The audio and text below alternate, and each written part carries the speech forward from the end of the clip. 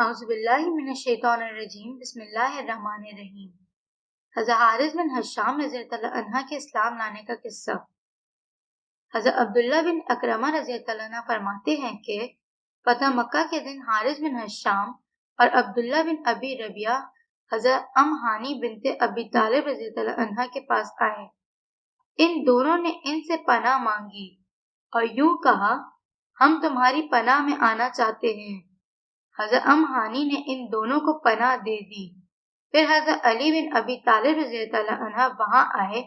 ان کی نظر ان دونوں پر پڑی۔ وہ اپنی تلوار نکال کر ان پر حملہ کرنے کے لیے جھپٹ پڑے تو حضرت ہانی ان دونوں کو بچانے کے لیے حضرت علی رضی اللہ عنہ سے لپٹ گئیں اور کہنے لگی، تمام لوگوں میں سے تم ہی میرے ساتھ ایسا کرنے لگے ہو۔ اگر تم نے مارنا ہی ہے تو پہلے مجھے مارو۔ حضرت ہانی فرماتی ہیں، میں نے حضور صلی اللہ علیہ وسلم کی خدمت میں جا کر عرض کیا، یا رسول اللہ، میرے ماں جائے بھائی حضرت علی رضی اللہ عنہ نے میرے ساتھ ایسا معاملہ کیا کہ میرا بچنا مشکل ہو گیا تھا۔ میں نے اپنے 2 مشرک دیوروں کو پناہ دی تھی، وہ تو قتل کرنے کے لیے ان پر جھپٹ پڑے۔ حضور صلی اللہ علیہ وسلم نے فرمایا، انہیں ایسا نہیں کرنا چاہیے تھا۔ جس کو تم نے پناہ دی اسے ہم نے بھی پناہ دے دی، جسے تم نے امن دیا اسے ہم نے بھی امن دے دیا۔ حضرت ہانی نے واپس آ کر ان دونوں کو ساری بات بتائی۔ وہ دونوں اپنے گھروں کو چلے گئے۔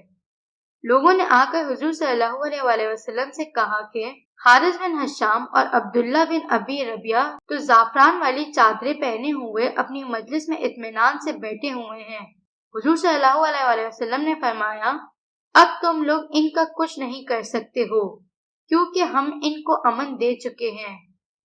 حضرت حارث بن حشام فرماتے ہیں کہ میں بہت دیر تک سوچتا رہا کہ حضور صلی اللہ علیہ وسلم نے مجھے مشرکین کی ہر لڑائی میں دیکھا ہے، اب میں ان کی خدمت میں حاضری کے لیے چل پڑا۔